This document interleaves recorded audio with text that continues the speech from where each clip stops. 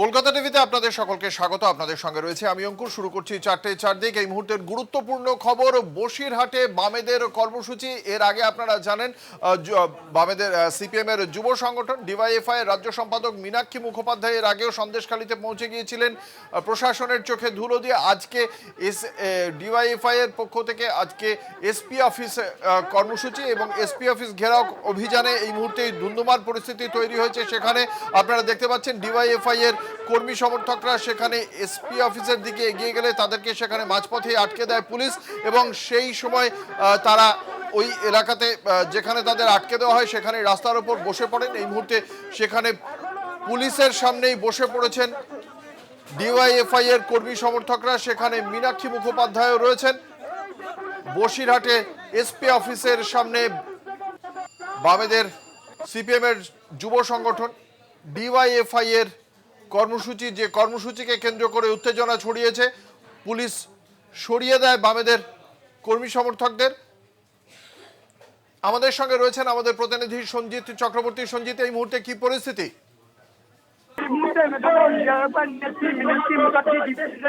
কিন্তু আজকে সন্দেশখালী কাণ্ড নিয়ে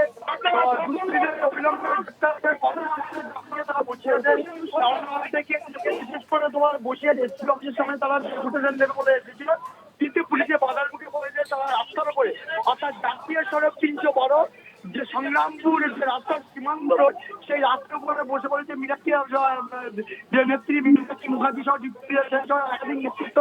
তাদের দাবি অবিলম্বে আমাদের স্মারকলিপি যতক্ষণ ডেপুটেশন না যাওয়ানো ততক্ষণ পর্যন্ত আমাদের এই আন্দোলন কর্মসূচি লাগাতার চলবে। ইতিমধ্যে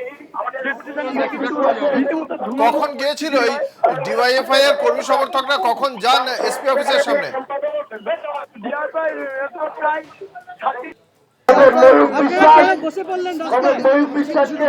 আপনাদের সামনে কিছু কথা বলবার জন্য অনুরোধ করছি। এসে তারা ডেপুটেশন নেন, ডেপুটেশন নেওয়ার আগে পুলিশের গোটা বাংলা একটাই স্লোগান দিচ্ছে, পুলিশ তুমি উঠি করো,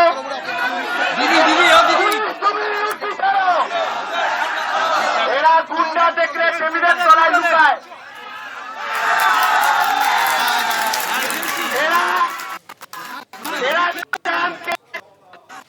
আপনারা দেখতে পাচ্ছেন এই মুহূর্তে ধুন্ধুমার পরিস্থিতি বসিরহাটের এসপি অফিসের সামনে। ডিওয়াইএফআই এর কর্মসূচি, এসপি অফিসে ঘেরাও অভিযান, সেই অভিযানকে কেন্দ্র করেই ধুন্ধুমার পরিস্থিতি। ডিওয়াইএফআই এর কর্মী সমর্থকরা এসপি অফিসকে লক্ষ্য করে এগিয়ে গেলেই তাদেরকে আটকে দেওয়া হয়। কথা বলবো, আমাদের সঙ্গে রয়েছেন আমাদের প্রতিনিধি সঞ্জিত চক্রবর্তী। সঞ্জিত, ঠিক কখন থেকে শুরু হয়েছে এই পরিস্থিতি?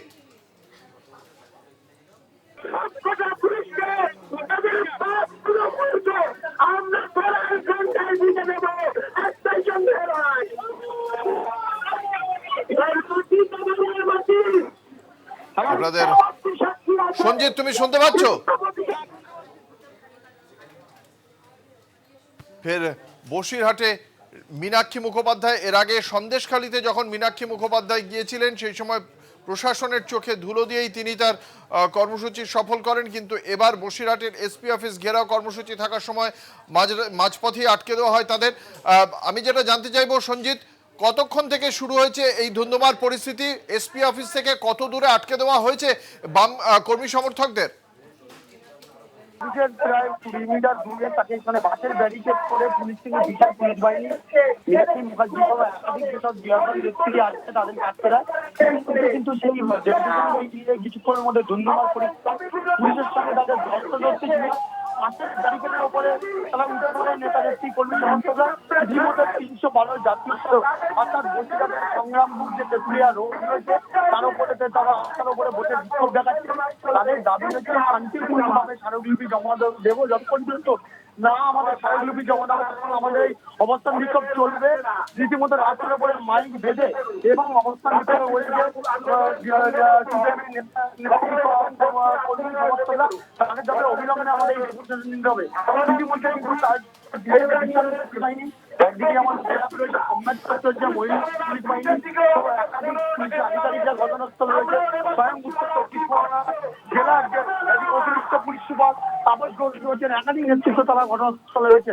যাতে নতুন করে বিশৃঙ্খলা না হয়, ডেপুটেশন গিয়ে তার সব রকম ব্যবস্থা করেছে বসিরহাট জেলা এই যে প্রশাসন। সিপিএম এর এই যে ডিওয়াইএফআই এর পক্ষ থেকে একটা ডেপুটেশন দেওয়ার পরিকল্পনা রয়েছে, সেই পরিকল্পনা দেওয়ার ক্ষেত্রে প্রশাসনের আপত্তি কোথায়? মানে সেই পরিকল্পনা নেওয়ার ক্ষেত্রে প্রশাসনের আপত্তি কোথায়? কতজনের প্রতিনিধি দল পাঠাতে চাইছে ডিওয়াইএফআই? দেখো, ডিআইএফআই, এডিআইএফআই এবং সমস্ত কয়েকশো যারা কর্মী সমর্থকরা কিন্তু স্মারকলিপি জমা দেওয়ার জন্য মিছিল করে প্ল্যাকার্ড, ফেস্টন, ব্যানার নিয়ে আসে, কিন্তু সংখ্যাটা অনেকটা বেশি ছিল বলেই পুলিশ তাদের বাধার মুখে পড়ে এবং পুলিশ আটকে যায়। অর্থাৎ এসপি অফিসের মূল গেটের প্রায় 20 মিটার দূরে তাদের আটকে দেওয়া হয় এবং বাসের ব্যারিকেডে আটকে দেওয়া হয়। তাদের দাবি অবিলম্বে যে স্মারকলিপি জমা দিতে হবে, জমা না নিলে তারা এই আন্দোলন পথ অবরোধের কর্মসূচি লাগাতার চালিয়ে যাবেন। ইতিমধ্যে শান্তিপূর্ণভাবে তারা মাইক বেঁধে অবস্থান বিক্ষোভে পড়েছে বসিরহাট পুলিশ জেলার পুলিশ সুপার অফিসের সামনে।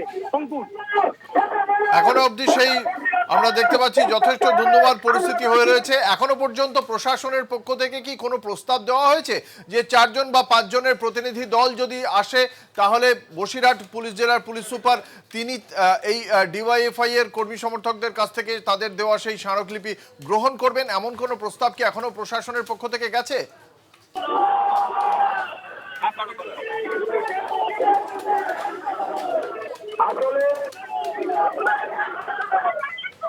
এই মুহূর্তে তুমি যে ছবি দেখতে পাচ্ছ, মীনাক্ষী রাস্তায় বসে পড়েছেন, অন্যান্য তারাও রাস্তায় বসে পড়েছেন।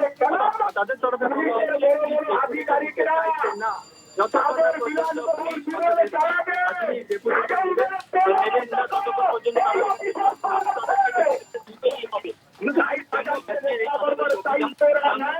ঘটনা ঘটেছে, অর্থাৎ এই ঘটনা। ধন্যবাদ সঞ্জিত, আমাদের সঙ্গে ছিলেন আমাদের প্রতিনিধি সঞ্জিত চক্রবর্তী। সঞ্জিত, তুমি পরিস্থিতির উপর নজর রাখো। আপনাদের জানিয়ে রাখি, বসিরহাটের পুলিশ জেলার পুলিশ সুপারের কাছে আজ স্মারকলিপি দিতে যাচ্ছে ডিওয়াইএফআই এর কর্মী সমর্থকরা। তাদের মাঝপথে আটকে দেওয়া হয়। পুলিশ সুপারের যে অফিস রয়েছে সেই কার্যালয়ের বাইরেই তাদের আটকে দেওয়া হয়েছে। অবস্থানে বসে পড়েছেন মীনাক্ষী মুখোপাধ্যায় সহ ডিওয়াইএফআই এর কর্মী সমর্থকরা। সেই ছবি এই মুহূর্তে আপনারা দেখতে পাচ্ছেন কলকাতা টিভির পর্দায়।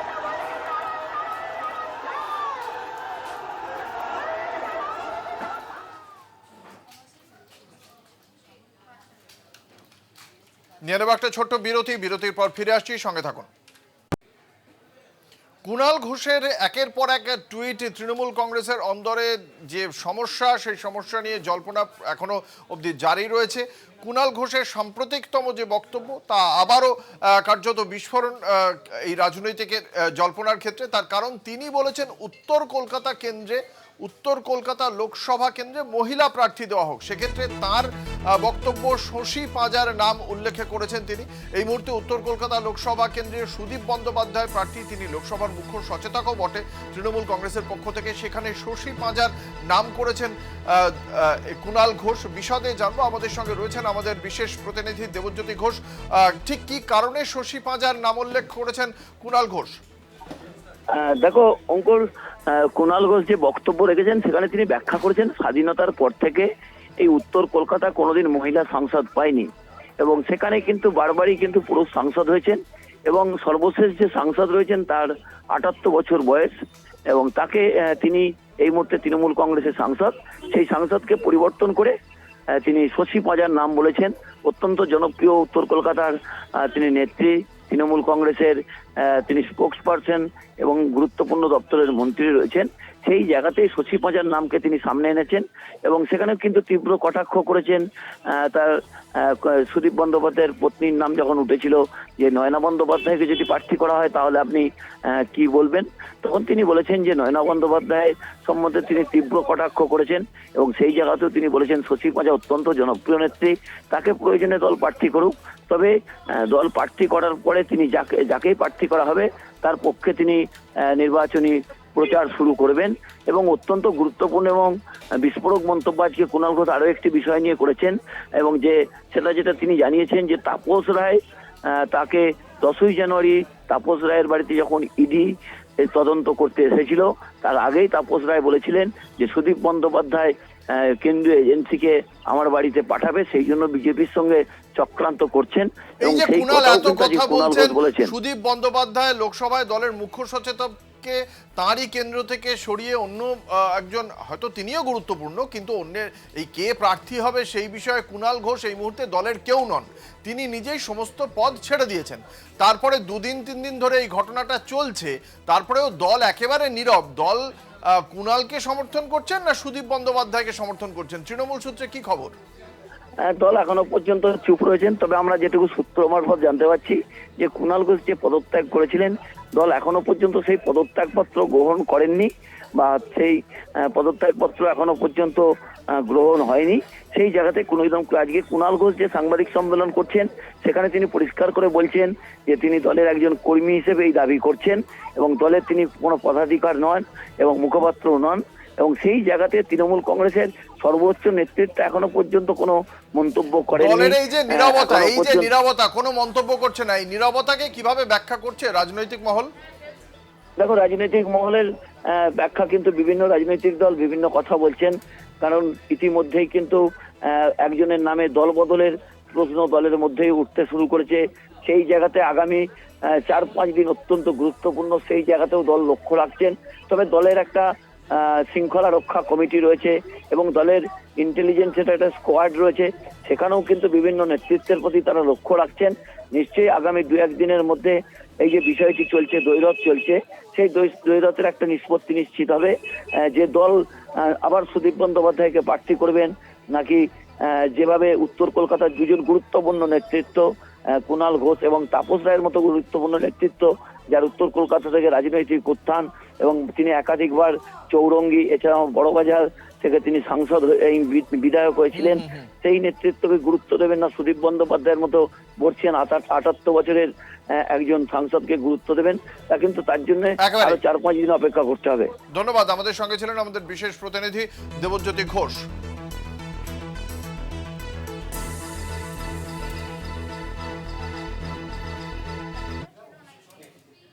উত্তর কলকাতা লোকসভা কেন্দ্র থেকে সুদীপ বন্দ্যোপাধ্যায়কে শুধু সরিয়ে দেওয়ার দাবি নয়, তাকে গ্রেপ্তারের দাবিও তুলেছেন তৃণমূল কংগ্রেসের পক্ষ থেকে কুণাল ঘোষ। তিনি এই কথা বলার বিষয়ে এই বক্তব্যের প্রেক্ষিতে কলকাতা পুরসভার মেয়র, তৃণমূল কংগ্রেসের বরিষ্ঠ নেতা ফিরহাদ হাকিমের প্রতিক্রিয়া চাওয়া হয়, এবং তিনি তার প্রেক্ষিতে বলেছেন যে তিনি যদি এ বিষয়ে কোনো মন্তব্য করেন তাহলে সেটি আরেকটি বিস্ফোরণ হবে। খুব স্বাভাবিকভাবেই সেই প্রশ্ন রাজনৈতিক জল্পনার পরিসর তৈরি করছে। কি বলেছেন ফিরহাদ হাকিম আমরা শোনাব। কুণাল ঘোষ বিস্ফোরক এবং তার পাশাপাশি তাপস রায়, আজকে কুণাল ঘোষ নিজে সুদীপ বন্দ্যোপাধ্যায়ের গ্রেফতারি দাবি করেছেন, বলছে যখন উনি ভুবনেশ্বরে চিকিৎসা করেছিলেন সেই বিল খেয়ে দিল। দেখুন, এগুলো নিয়ে আমি কথা বলতে চাই না, বলতে গেলে আরেকটা বিস্ফোরণ হবে, আমি এসবের মধ্যে থাকতে চাই না। কিন্তু খুব উল্লেখযোগ্যভাবে কালকে উনি বলছেন যে আমি মুখপাত্র, সে কারণে আমার মুখ দিয়ে অনেক কিছু বলতে হয়, আমার সাথে মানুষের সম্পর্ক নষ্ট হচ্ছে। কিন্তু অনেক নেতারা রয়েছেন, তারা গোল গোল করে উত্তর দিচ্ছেন আর খারাপ হচ্ছে আমি বা আমাদের মতো মুখপাত্র। আমি শুনিনি, শুনলে জবাব দিই।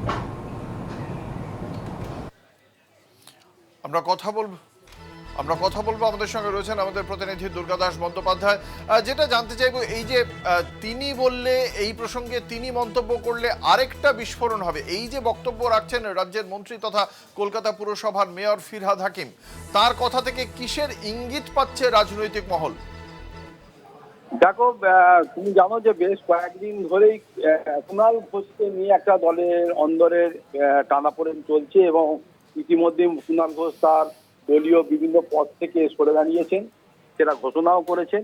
এবং এই প্রসঙ্গে যখন আজকে টক টু মেয়রের শেষে সাংবাদিকদের পক্ষ থেকে প্রশ্ন করা হয়, সেই প্রসঙ্গে ফিরহাদ হাকিম কিন্তু পুরো বিষয়টি নিয়ে কিছুক্ষণ চুপ হয়ে যান, তারপরে বলেন যে এই বিষয় নিয়ে কোনো কথা বললেই বিস্ফোরণ হয়ে যাবে।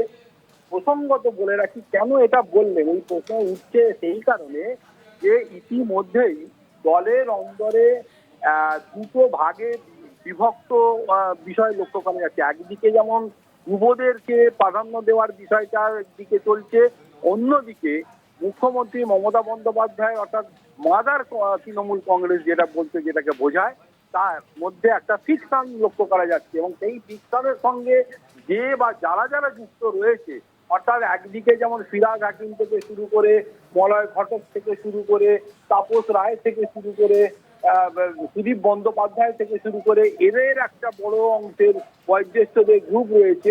অন্যদিকে কিন্তু মানে যাদের বয়স অল্প অর্থাৎ এই কুণাল ঘোষ থেকে শুরু করে কিছুটা কম বয়সীদের যে জায়গা রয়েছে, অর্থাৎ একদিকে মমতা বন্দ্যোপাধ্যায়ের নেতৃত্বকে স্বীকার করে নেওয়া, অন্যদিকে অভিষেক বন্দ্যোপাধ্যায়ের নেতৃত্বকে স্বীকার করে নেওয়ার এই যে জায়গা তৈরি হয়েছে, এই রকম পরিস্থিতির মধ্যে দাঁড়িয়ে যেহেতু কুণাল ঘোষকে মানে দেখা যায় যে তিনি কিন্তু যুব অর্থাৎ অভিষেক বন্দ্যোপাধ্যায়ের ঘনিষ্ঠ, এবং সেই জায়গায় দাঁড়িয়ে আজকে ফিরাজ হাকিম কিন্তু যথার্থই বলেছেন যে কোনো মন্তব্য তিনি করতে চাননি। তার কারণ হচ্ছে মন্তব্য করতে গেলেই বিতর্কে শুরু, এবং সেখানে হয়তো মন্তব্য করতে গেলে কোনোভাবে মানে অভিষেক বন্দ্যোপাধ্যায় বা যুবদের বিরুদ্ধে হয়তো মুখ খুলে ফেলতে পারেন, এবং সেটা নিয়ে নতুন করে আবার বিতর্ক সৃষ্টি হতে পারে।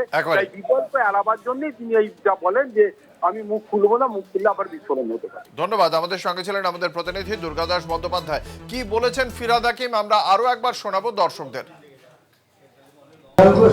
বিস্ফোরক এবং তার পাশাপাশি তাপস রায় আজকে কুণাল ঘোষ নিজে সুদীপ বন্দ্যোপাধ্যায়ের গ্রেফতারি দাবি করেছেন, বলছে যখন উনি ভুবনেশ্বরে চিকিৎসা করেছিলেন সেই বিল কে দিল। দেখুন, এগুলো নিয়ে আমি কথা বলতে চাই না, বলতে গেলে আরেকটা বিস্ফোরণ হবে, আমি এসবের মধ্যে থাকতে চাই না। কিন্তু খুব উল্লেখযোগ্যভাবে কালকে উনি বলছেন যে আমি মুখপাত্র, সে কারণে আমার মুখ দিয়ে অনেক কিছু বলতে হয়, আমার সাথে মানুষের সম্পর্ক নষ্ট হচ্ছে। কিন্তু অনেক নেতারা রয়েছেন তারা গোল গোল করে উত্তর দিচ্ছেন, আর খারাপ হচ্ছে আমি বা আমাদের মতো মুখপাত্র। আমি শুনিনি, শুনলে জবাব দিই। কুণাল ঘোষের পর সুদীপকে নিয়ে বিস্ফোরক উত্তর কলকাতার বিধায়ক তাপস রায়। সুদীপের বিরুদ্ধে ক্ষোভের আঁচ বাড়ছে তৃণমূল কংগ্রেসের অন্দরে। সুদীপের বিরুদ্ধে সুর চড়াতে শাস্তিরও পরোয়া করছেন না তাপস। জল্পনার মধ্যেই শনিবার জনগর্জন সভার প্রস্তুতি মিছিলে যোগ দেন কুণাল, কিন্তু দেখা যায়নি সুদীপ বন্দ্যোপাধ্যায়কে। সুদীপ বাবুকে দেখতে বেশ সাজান সাজান ভাব আছে, আবার দাড়ি রাখা, সুন্দর সাজান, বড় সড়ো সাজান, বড় মাপের সাজান। ঠিক করেছে, কোনো যথাযথ ইয়ে করেছে, তুলনা করেছে। ব্রিগেডে 10ই মার্চ জনগর্জন সভার আগে তৃণমূলের অন্দরে বিদ্রোহের আঁচ। নিশানায় উত্তর কলকাতার সাংসদ সুদীপ বন্দ্যোপাধ্যায়। সুদীপের বিরুদ্ধে ক্ষোভের আগুন এতটাই যে তাঁকে গ্রেপ্তারের দাবিও তুলেছেন তৃণমূল মুখপাত্র কুণাল ঘোষ। জানিয়ে তৃণমূলের অন্দরেই তোলপাড়। এত বড় দল, এত বড় সরকার, এত বড় বাংলা, এত বড় তৃণমূল কংগ্রেসের পরিবার, এখানে বেশ কিছু ইস্যু থাকতে পারে, পরিবারের মধ্যে নানা রকম ইস্যু থাকতে পারে, কিন্তু 10ই মার্চ যাদের শরীরে তৃণমূলের রক্ত আছে তাদের একটাই গন্তব্য, ব্রিগেড প্যারেড গ্রাউন্ড। শুধু কুণাল নয়, বিদ্রোহী বরানগরের তৃণমূল বিধায়ক নেতা তাপস রায়ও। সুদীপের বিরুদ্ধে তার এতটাই ক্ষোভ যে শাস্তির ভয়ও পাচ্ছেন না তাপস। করছেন যা কিন্তু দল বিরোধী সামিল, কি বলবেন? বেশ করছি, দল যা পারে করবে। দল তো আগে বলেছিল কোনো ক্ষোভ থাকতেই পারে, দলের অন্দরে বলা যাবে। ঠিক আছে, কোনো দলের কোনো অন্দর নেই, আর দলের অন্দরে কারোর কোনো বলার কোনো অবকাশও নেই। সুদীপ বন্দ্যোপাধ্যায় কি এবারে নির্বাচনে যদি দল তাকে টিকিট দেয় তিনি জিতবেন? প্রবলেম আছে, খুব সমস্যা। উনি তো দাঁড়াতে, আমি শুনছিলাম তো উনি রাজ্যপাল হয়ে পালিয়ে যেতে চাইছেন, মোদিজিকে আঁকড়ে পাকড়ে ধরেছেন রাজ্যপাল হব বলে। তারপরে বুঝবে তার কারণ এটা ঘটনা যে সুদীপ বন্দ্যোপাধ্যায় জনগণের নয়, কর্মীদের নয়, দলের নয়, মমতা বন্দ্যোপাধ্যায় নয়, উনি নিজের এবং ওর স্ত্রী। এইটা ভেবে এবার উত্তর কলকাতার মানুষ কাজ করবে। মাস কয়েক আগে তাপসের বউবাজারের বাড়িতে ইডি অভিযান চালায়, যার নেপথ্যেও সুদীপের ষড়যন্ত্র দেখতে পাচ্ছেন তাপস রায়। সুদীপ বন্দ্যোপাধ্যায় 2 তারিখ, 4 তারিখ এবং 7 তারিখ ওর বাড়ি থেকে এসে আমাকে এখানে লোক বলে গেছে যে ওখানে বলছে দাদা একটু সাবধানে থাকবেন, দিল্লি পুলিশ ইডি নাকি আমার বাড়ি রেড করবে। আমি তাদের গালাগাল বন্ধ করলাম, কারণ আমার বাড়িতে 52 বছরে কোনো রেড হয়নি, আমার কাছে ইডি রেড হবে কেন? আমার তো এখনো প্রশ্ন। এবং সময় হলে পরে, সুযোগ হলে পরে আমি যথাযথ জায়গায় এই প্রশ্ন রাখবো। কুণাল ঘোষের দলবদলের যে জল্পনা উঠেছিল তা শুক্রবারই উড়িয়ে দেন তৃণমূলের প্রাক্তন সাধারণ সম্পাদক। শনিবার জনগর্জনের সমর্থনে মিছিলে হাঁটতে দেখা যায় কুণালকে, তবে সেই মিছিলে দেখা যায়নি সুদীপকে। যাকে ঘিরে বিতর্ক, সেই সুদীপ বন্দ্যোপাধ্যায়ের সঙ্গে যোগাযোগ করার চেষ্টা করে কলকাতা টিভি, তবে তার কোনো প্রতিক্রিয়া পাওয়া যায়নি। নেব একটা ছোট্ট বিরতি, সঙ্গে থাকুন। ফিরে এলাম বিরতির পর। আপনারা দেখছেন 4টে 4 দিক, আপনাদের সঙ্গে রয়েছে আমি অঙ্কুর। লোকসভা ভোটের আগে প্রচারে ঝড় তুলতে চান তৃণমূল কংগ্রেসের সর্বভারতীয় সাধারণ সম্পাদক অভিষেক বন্দ্যোপাধ্যায়। চলতি মাসে মেগা জনসভা করবেন একাধিক অভিষেক বন্দ্যোপাধ্যায়। এই বিষয়ে বিশদে জানবো। আমাদের সঙ্গে রয়েছেন আমাদের বিশেষ প্রতিনিধি দেবজ্যোতি ঘোষ। দেবজ্যোতি, কবে হতে চলেছে, কতগুলি জনসভা, কোথায় কোথায় হবে, কি জানতে পারছো? ঘোষণা হয়নি, তার আগে তৃণমূল কংগ্রেসের পক্ষ থেকে জোরদার প্রচার কর্মসূচি নেওয়া হয়েছে। অভিষেক বন্দ্যোপাধ্যায় 14 তারিখ জলপাইগুড়িতে সভা করবেন এবং 16 তারিখ তিনি নারায়ণগড়ে সভা করবেন, 18 তারিখ গঙ্গারামপুরে সভা করবেন, 20 তারিখ তিনি বসিরহাটে সভা করবেন এবং 22 তারিখ পূর্ব বর্ধমানে সভা করবেন অভিষেক বন্দ্যোপাধ্যায়। এবং অত্যন্ত গুরুত্বপূর্ণ যে তিনি বসিরহাটে জনসভা করতে চলেছেন 20 তারিখে। এই জায়গাটি সন্দেশখালী বিধানসভার মধ্যে অন্তর্গত। এই জায়গাটি কিন্তু বসিরহাটে তিনি জনসভা করবেন, যা অত্যন্ত গুরুত্বপূর্ণ। দেখো, গত পঞ্চায়েত নির্বাচন আগে অভিষেক বন্দ্যোপাধ্যায় একইভাবে উত্তরবঙ্গ থেকে দক্ষিণবঙ্গ ঝড় তুলেছিলেন প্রচারে। সেই জায়গাতে নির্বাচন ঘোষণার আগেই অভিষেক বন্দ্যোপাধ্যায়ের এই কর্মসূচি রাজনৈতিকভাবে অত্যন্ত তাৎপর্যপূর্ণ। কারণ গত কয়েকদিন ধরে দেখা গেছিল তিনি শুধুমাত্র ডায়মন্ড হারবার কেন্দ্রে তিনি ছিলেন এবং বিভিন্ন রাজনৈতিক কর্মসূচি করছিলেন। তারপরে একেবারে রাজ্যের বিভিন্ন জায়গায় তার কর্মসূচি করা, অর্থাৎ দলের মধ্যে যে একটা তথ্য বিভাজনের সৃষ্টি হয়েছিল, সেই জায়গা থেকে নিজে নতুন করে আবার পথে নামছেন অভিষেক বন্দ্যোপাধ্যায়, যা অত্যন্ত রাজনৈতিকভাবে গুরুত্বপূর্ণ। অঙ্কুর, একেবারেই ধন্যবাদ। আমাদের সঙ্গে ছিলেন আমাদের বিশেষ প্রতিনিধি দেবজ্যোতি ঘোষ। আগামী 10ই মার্চের ব্রিগেড সমাবেশের পর শুরু হচ্ছে অভিষেক বন্দ্যোপাধ্যায়ের মেগা জনসভার কর্মসূচি। এই জনগর্জন সভা হবে রাজ্য জুড়ে আরও 5টি জায়গায়, উত্তরবঙ্গ থেকে দক্ষিণবঙ্গ বিভিন্ন জায়গায় হবে এই জনগর্জন সভা। অভিষেক বন্দ্যোপাধ্যায়ের এই জনগর্জন সভার জনসমাবেশের লক্ষ্যমাত্রা রাখা হয়েছে 1 লক্ষ। ফলে সেদিক থেকে এই লোকসভা নির্বাচনের ঘোষণার আগেই তৃণমূল কংগ্রেস তাদের পক্ষ থেকে যে যাবতীয় পদক্ষেপ নেওয়া শুরু করে দিল, সে এই পদক্ষেপেই স্পষ্ট।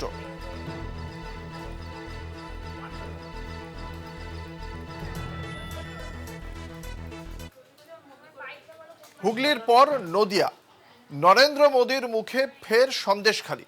বললেন, পুলিশ নয়, বাংলার অপরাধীরা ঠিক করে কবে গ্রেপ্তার হবে। সরব হলেন দুর্নীতি নিয়ে। দলীয় নেতা কর্মীদের কাছে 42টি আসনের টার্গেটও বেঁধে দিলেন মোদী। আরামবাগের পর কৃষ্ণনগর, সন্দেশখালী নিয়ে চড়া আক্রমণ নরেন্দ্র মোদীর নিশানায় বাংলার তৃণমূল কংগ্রেস সরকার। টার্গেট মহিলা ভোট ব্যাংক, নিশানায় বাংলার পুলিশ প্রশাসন। সন্দেশখালীকে ঘিরে বিজেপি সহ বিরোধীরা বারবার পুলিশি নিষ্ক্রিয়তার অভিযোগ তুলে সরব হয়েছে। নাম উচ্চারণ করলেন না বটে, তবে মোদীর মুখেও শেখ শাহজাহানকে গ্রেপ্তারের ঘটনা। पुलिस नहीं बल्कि अपराधी तय करते हैं कि उन्हें कब सरेंडर करना है, कब गिरफ्तार होना है। राज्य सरकार तो चाहती ही नहीं थी कि संदेशखाली का गुनहगार कभी गिरफ्तार हो, लेकिन ये तो बंगाल की नारी शक्ति दुर्गा बनकर खड़ी हो गई।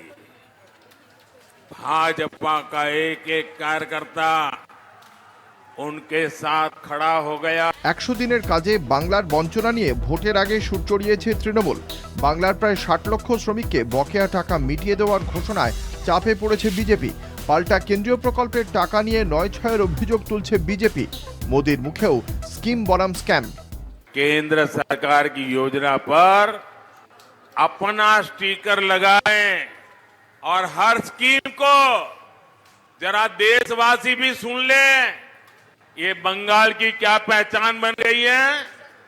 यहाँ की टीएमसी ने बंगाल को कैसे बदनाम किया है, टीएमसी में किस प्रकार के कारनामे चल रहे हैं, आपको जान करके चौंक जाएंगे। ये टीएमसी सरकार हर स्कीम को स्कैम में बदल देती है। स्कीम को स्कैम में बदलने में टीएमसी की मास्टरी है। এর আগে বঙ্গে এসে লোকসভা ভোটে 35 আসনে জয়ের লক্ষ্যমাত্রা বেঁধে দেন অমিত শাহ। কৃষ্ণনগরের সভায় মোদির টার্গেট বাংলার 42 আসন। इस समय पश्चिम बंगाल के लिए भी अभूतपूर्व बदलाव का है, लेकिन इसके लिए आपको शुरुआत इसी लोकसभा चुनाव से करनी होगी। बांग्लार विकास होबे तबे देशार विकास होबे।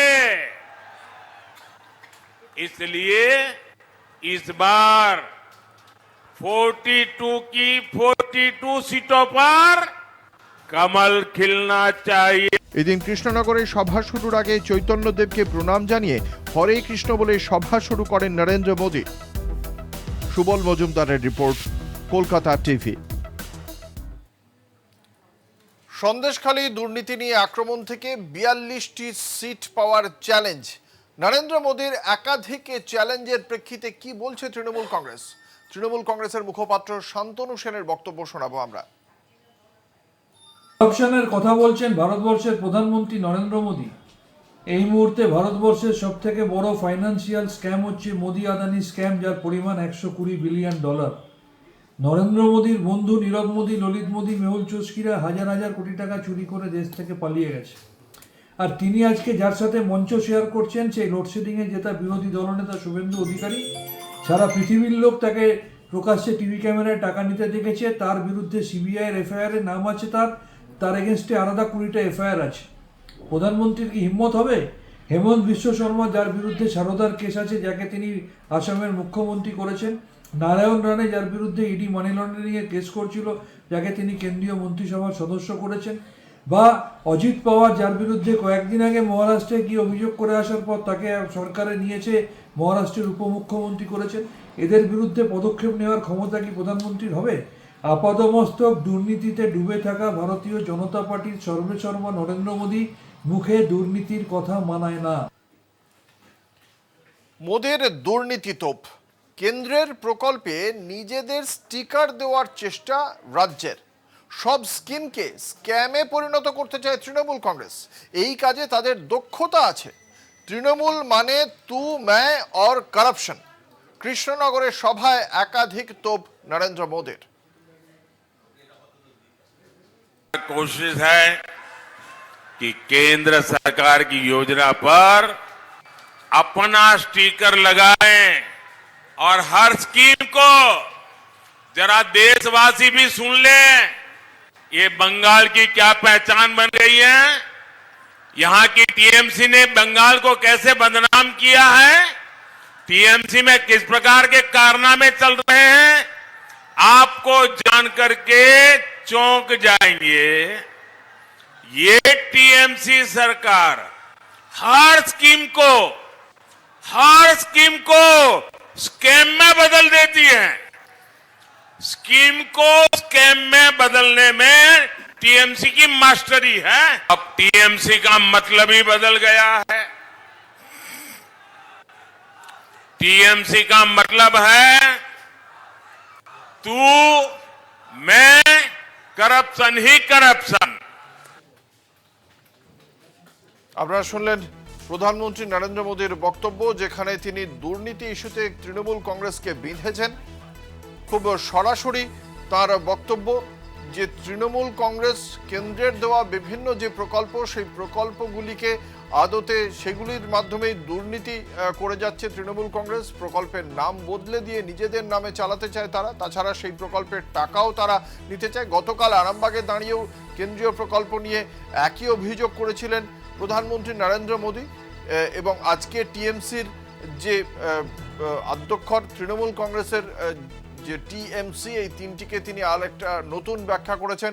তু মায়ার কারাপশন বলে, অর্থাৎ দুর্নীতি ইস্যুতে সর্বৈবভাবে বিঁধেছেন রাজ্যের শাসক দল তৃণমূল কংগ্রেসকে।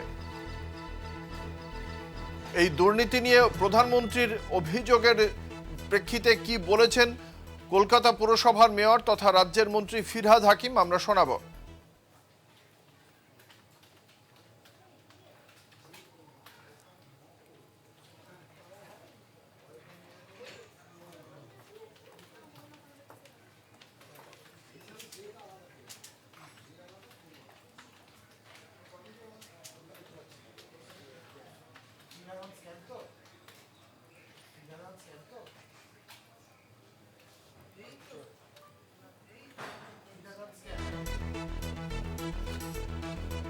আপনাদের জানিয়ে রাখি,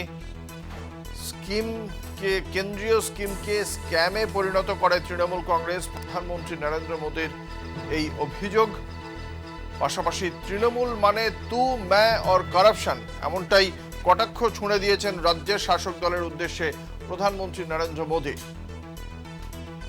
দুদিনের এই রাজ্য সফর, গতকাল আরামবাগে বক্তব্য রেখেছেন তিনি, তারপর আজকে কৃষ্ণনগরে বিজেপির জনসভায় বক্তব্য রাখার আগে একাধিক প্রকল্পের শিলান্যাস এবং উদ্বোধন করেন প্রধানমন্ত্রী। তারপর বিজেপির জনসভা থেকে একের পর এক আক্রমণ করেন রাজ্যের শাসক দল তৃণমূল কংগ্রেসকে। কেন্দ্রীয় স্বরাষ্ট্রমন্ত্রী তথা বিজেপির অন্যতম শীর্ষ নেতা অমিত শাহ এসে রাজ্যে লোকসভা নির্বাচনে ৩৫টি আসনের যে লক্ষ্যমাত্রা বেঁধে দিয়েছিলেন, আজকে সেই লক্ষ্যমাত্রাকে এগিয়ে দিয়েছেন প্রধানমন্ত্রী নরেন্দ্র মোদী। তার বক্তব্য, ৪২টি আসনের ৪২টি পেতে হবে ভারতীয় জনতা পার্টিকে, এবং তৃণমূল কংগ্রেসকে যেভাবে দুর্নীতি তোপে বিঁধেছেন মোদী, তার কি জবাব দিয়েছেন তৃণমূল কংগ্রেসের বরিষ্ঠ নেতা তথা রাজ্যের মন্ত্রী ফিরহাদ হাকিম, শোনাব। বিজেপি তো হয়েছে, আজকে যে তখন এখন উনি সরকারে আছেন তাই কেউ কিছু বলতে পারছেন। ওদের যে স্ক্যামগুলো আছে, ওদের যে ব্যাংকের টাকা পাচার হয়ে গেছে, হাজার হাজার কোটি টাকা পাচার হয়ে গেছে, সেই সব স্ক্যাম যেদিন ও সরকারে থাকবে না সেদিন তো বেরোবে। এগুলো মমতা বন্দ্যোপাধ্যায়ের স্বচ্ছতার প্রতীক, সততার প্রতীক, এবং মমতা বন্দ্যোপাধ্যায় কোনো অন্যায় করতে পারেন না। ইন্ডিভিজুয়াল নিশ্চয়ই কেউ না কেউ কিছু অন্যায় করেছে, তার শাস্তি আইন অনুযায়ী মমতা বন্দ্যোপাধ্যায় দিচ্ছেন। এইগুলো বলা মানে চিপ পলিটিক্স করা। ১০০ দিনের কাজ নিয়ে বারংবার তৃণমূল কংগ্রেসের পক্ষ থেকে তোপ দাগা হচ্ছে, সেই বিষয় নিয়েও আজ তোপ দেখেছেন প্রধানমন্ত্রী নরেন্দ্র মোদী। তার বক্তব্য, এই প্রকল্পে ২৫ লক্ষ ভুয়ো জব কার্ড, অস্তিত্বহীনদের নামেও জব কার্ড ইস্যু করা হয়েছে। গরিব শ্রমিকদের টাকা লুট করেছে তৃণমূল কংগ্রেস। কৃষ্ণনগরের সভা থেকে এমনভাবেই তৃণমূল কংগ্রেসের সমালোচনা করেছেন প্রধানমন্ত্রী নরেন্দ্র মোদী। কি বলেছেন প্রধানমন্ত্রী, আমরা শোনাবো।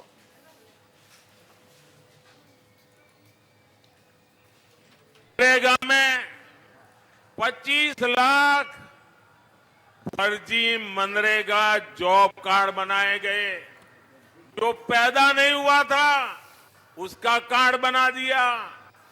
जो पैसा गांव में गरीब मजदूर को मिलना चाहिए था उसको टीएमसी के तोलाबाजों ने लूट लिया।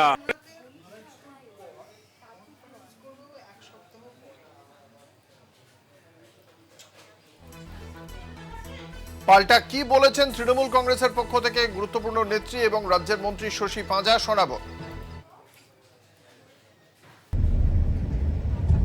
প্রধানমন্ত্রী, আপনি কৃষ্ণনগরে বলছেন অসত্য কথা, অসত্য ভাষণ রাখছেন। আপনি জানবেন যে বাংলায় আপনারা রাজনৈতিক প্রতিহিংসা নিচ্ছেন এবং তাই ১০০ দিনের কাজের যারা কাজ করেছেন তাদের টাকা আপনি বন্ধ করে দিয়েছেন, এবং প্রায় ৫৯ লক্ষ যারা মানরেগা স্কিমে ছিলেন, নথিভুক্ত কাজ করেছেন, তাদের টাকা দিচ্ছেন মাননীয় মুখ্যমন্ত্রী মমতা বন্দ্যোপাধ্যায়। আর আপনি ভাষণে অসত্য কথা বলছেন, ফেক জব কার্ডসে বলছেন। সবচেয়ে বেশি ফেক ভুয়া জব কার্ড ছিল উত্তরপ্রদেশে। উত্তরপ্রদেশে টাকা কি বন্ধ করেছিলেন? বন্ধ করেননি। বাংলার টাকা কিন্তু আপনি বন্ধ করেছেন। তৃণমূল কংগ্রেসকে দুর্নীতি থেকে শুরু করে বিভিন্ন বিষয়ে আক্রমণ এবং তার পাশাপাশি ৪২ আসনের প্রতিশ্রুতি দিলেও কৃষ্ণনগরের সভা থেকে প্রধানমন্ত্রী নরেন্দ্র মোদীর ভাষণে সিএএ সংক্রান্ত একটি বাক্য খুঁজে পাওয়া গেল না। কৃষ্ণনগর যেখানে মতুয়া সম্প্রদায়ের ভোটও রয়েছে, সেখানে দাঁড়িয়ে প্রধানমন্ত্রী সিএএ সংক্রান্ত বিষয়ে বার্তা দিতে পারেন এমন একটা প্রত্যাশা ছিল, কিন্তু সেই প্রত্যাশা অনুযায়ী প্রধানমন্ত্রী একটি বাক্য খরচ করেননি সিএএ সংক্রান্ত বিষয়। আমরা এই বিষয়ে কথা বলেছিলাম। কি বলেছেন এ বিষয়ে তৃণমূল কংগ্রেসের সাংসদ সৌগত রায় এবং কেন্দ্রীয় জাহাজ প্রতিমন্ত্রী শান্তনু ঠাকুর, আমরা শোনাবো দর্শকদের। 2019-এ আইনটা পাশ হয়, 5 বছরে ওরা রুলস তৈরি করে উঠতে পারেন, বারবারই আশ্বাস দিয়েছে। এবার দেখা যাচ্ছে অমিত শাহ বা শান্তনু ঠাকুরের আশ্বাস সেই রকমই নিষ্ফলা। প্রধানমন্ত্রী তাই এটা কাটিয়ে গেলেন। ওরা জানেন যে সিএ দিয়ে ওরা করবে বলে ওরা মতুয়া সম্প্রদায়ের তফসিলি মানুষদের টানতে চেষ্টা করেছিলেন, তাতে তো খুব একটা লাভ হচ্ছে না। তাই বিজেপির ফাঁকিবাজির রাজনীতি আরেকবার ধরা পড়ছে। এই সাবজেক্টটা হচ্ছে আমাদের স্বরাষ্ট্র মন্ত্রণালয়। সেখানে স্বরাষ্ট্র মন্ত্রণালয় থেকে মাননীয় স্বরাষ্ট্রমন্ত্রী যখন বলে দিয়েছেন সিএ হবে, সেখানে মাননীয় প্রধানমন্ত্রীজির আমার মনে হয় না এখানে বারবার এক জিনিস নিয়ে বলার প্রশ্নের কিছু আছে। প্রধানমন্ত্রী এই বিষয় নিয়ে তো তিনি নিজে আগে মন্তব্য করেছেন। ভোটের আগে কি তার কাছ থেকে সেই আনুষ্ঠানিক ঘোষণা হবে না বলছেন? সেটা সময় হলেই পাবেন। তার মানে আপনি কি এখনো মনে করেন যে সিএটা ঘোষণা করা হবে লোকসভা নির্বাচনের আগেই? হ্যাঁ হ্যাঁ। অথচ প্রধানমন্ত্রী ঘোষণা করছেন না। আজকে তো একটা মানে কৃষ্ণনগর তো মতুয়া ভোট রয়েছে, সেখানে আপনাদের এই ঘোষণা করলে আপনাদের তো একটা সেদিক থেকে রাজনৈতিক ডিভিডেন্ডেরও ব্যাপার ছিল, সেখানে কেন এই ঘোষণা হলো না বা অন্তত প্রতিশ্রুতিটাও হলো না? যার ডিপার্টমেন্ট সে তো ঘোষণা করে দিয়েছে। এখানে মাননীয় প্রধানমন্ত্রীজি অন্য কাজে এসেছেন, সেখান থেকে অন্য কাজে এসেছেন। উনি কখন ডিক্লেয়ার করবেন কি না করবেন সেটা তো সম্পূর্ণ ওনার ব্যাপার। এ বিষয়ে কি বলেছেন রাজ্যের মন্ত্রী ফিরহাদ হাকিম, আমরা শোনাবো। কিছু মানুষকে ভোটের সময় ললিপপ দেখানো। মথুয়া 100% ভারতীয়, তাদের নতুন করে আবার ভারতীয় হবে কেন? কেয়া নাকি না, মানে এনআরসি এগুলো হচ্ছে এই দেখানো, ললিপপ দেখানো পুজো এর সময়। আমি কেন আমাকে মনে করব যে আমি ওপারের লোক? আমি 100% ভারতীয়। আমাদের মধ্যে দিয়ে রিপ্রেজেন্টেশন হচ্ছে এতে। যদি মতুয়াকে নতুন করে দেওয়া যায়, কি বলে ওই দিয়ে নতুনভাবে যদি নাগরিকত্ব দেয়, তাহলে শান্তনু ঠাকুর সেন্ট্রাল মিনিস্টার কি করে? তাকে তো আগে ভারতীয় হতে হবে, তারপর জিততে হবে, পার্লামেন্টে যেতে হবে, তারপরে সেন্ট্রাল, তার মানে ইলিগাল সেন্ট্রাল মিনিস্টার। এটা আমরা বলছি না, ওটা বলছে ওই বারবার করে লালিপপ দেওয়ার জন্য। নিয়ে নেব একটা ছোট্ট বিরতি, সঙ্গে থাকুন। শুধুমাত্র দক্ষিণবঙ্গে নয়, আজকে একই সঙ্গে উত্তরবঙ্গে প্রধানমন্ত্রী নরেন্দ্র মোদী যাবেন এমন খবরও পাওয়া যাচ্ছে। লোকসভা নির্বাচনের আগেই আগামী সপ্তাহে প্রধানমন্ত্রী নরেন্দ্র মোদীর এই কর্মসূচি বা 10ই মার্চ জনসভা করতে পারেন বলে এখনো পর্যন্ত খবর। কি বলেছেন এ বিষয়ে ভারতীয় জনতা পার্টির পক্ষ থেকে জেলা সভাপতি, শোনাবো। এই সপ্তাহে বা সামনের সপ্তাহে ভারতবর্ষের সম্মানীয় প্রধানমন্ত্রী নরেন্দ্র মোদীজির সভা জলপাইগুড়ি অথবা শিলিগুড়িতে হতে চলছে।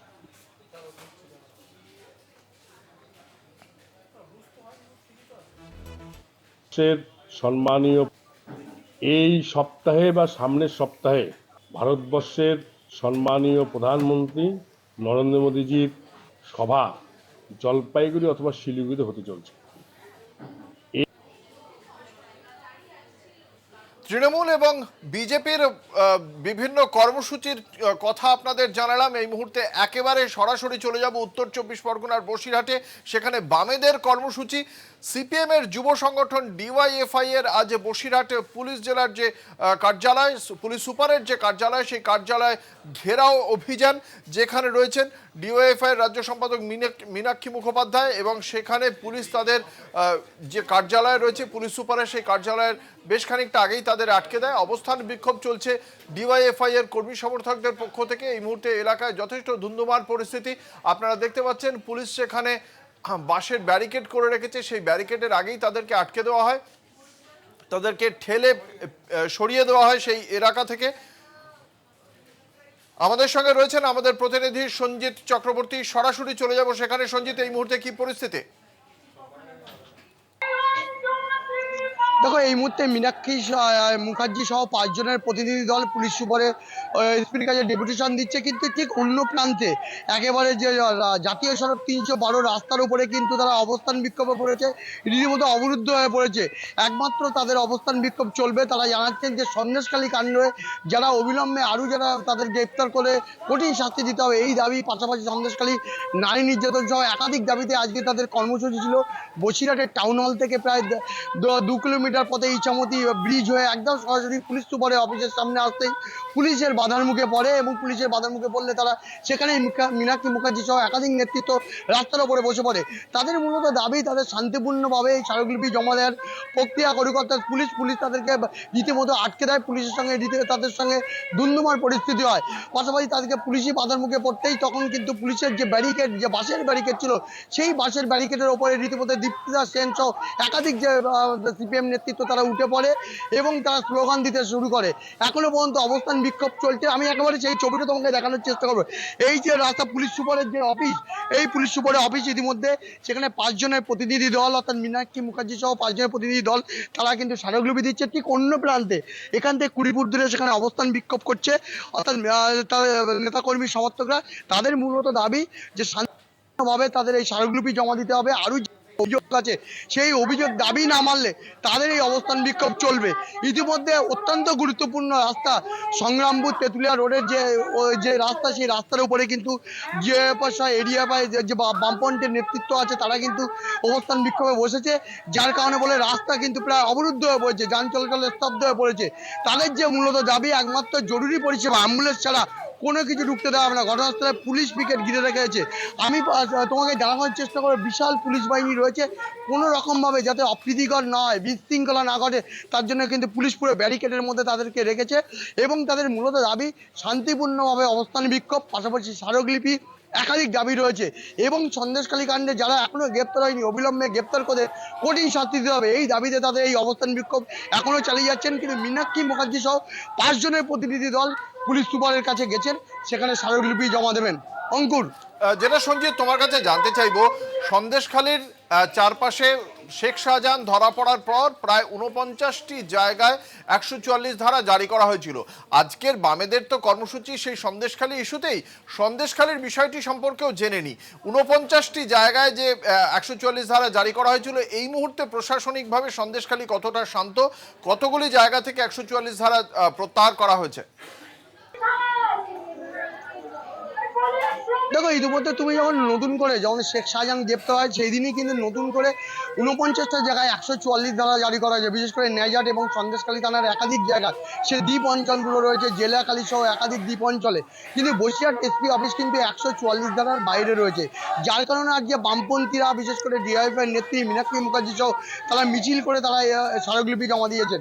আজকে স্বাভাবিক ছন্দে, বিশেষ করে সন্দেশখালীর যে ছবিটা বারবার আমরা দেখানোর চেষ্টা করছিলাম, স্বাভাবিক ছন্দে বিচ্ছে সন্দেশখালী বিভিন্ন জায়গায় দোকানপাট খুলেছে।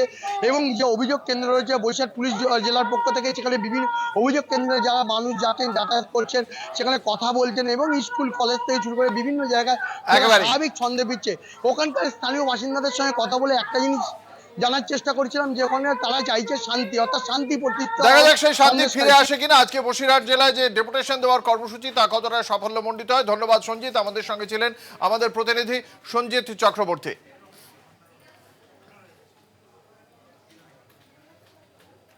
রাজ্য যখন বিভিন্ন রাজনৈতিক কর্মসূচি শুরু হয়ে গিয়েছে লোকসভা নির্বাচনের আগেই, তার আগেই রাজ্যে আসতে চলেছে আগামীকাল রাজ্যে আসতে চলেছে নির্বাচন কমিশনের ফুল বেঞ্চ। আগামীকাল রবিবার নির্বাচন কমিশনের পক্ষ থেকে এই ফুল বেঞ্চ রাজ্যে এসে রাজ্যের সার্বিক যে পরিস্থিতি তা খতিয়ে দেখা হবে। প্রশাসনিকভাবে 3 দিনের সফরে এই ফুল বেঞ্চ এসে একাধিক বৈঠক করবে বলেই এখনো পর্যন্ত খবর। রাজ্যের যে নির্বাচনী আধিকারিক রয়েছেন আগামীকাল রাজ্যের সেই নির্বাচনী আধিকারিকের সঙ্গে বৈঠক করবে নির্বাচন কমিশনের ফুল বেঞ্চ। বৈঠক করবেন রাজ্যের নোডাল অফিসারের সঙ্গেও, এবং সেই 4 মার্চ রাজনৈতিক দলগুলির সঙ্গে বৈঠক করবে এই নির্বাচন কমিশনের ফুল বেঞ্চ। 5ই মার্চ বৈঠক করবেন মুখ্য সচিব এবং রাজ্য পুলিশের মহানির্দেশক ডিজি রাজীব কুমারের সঙ্গেও।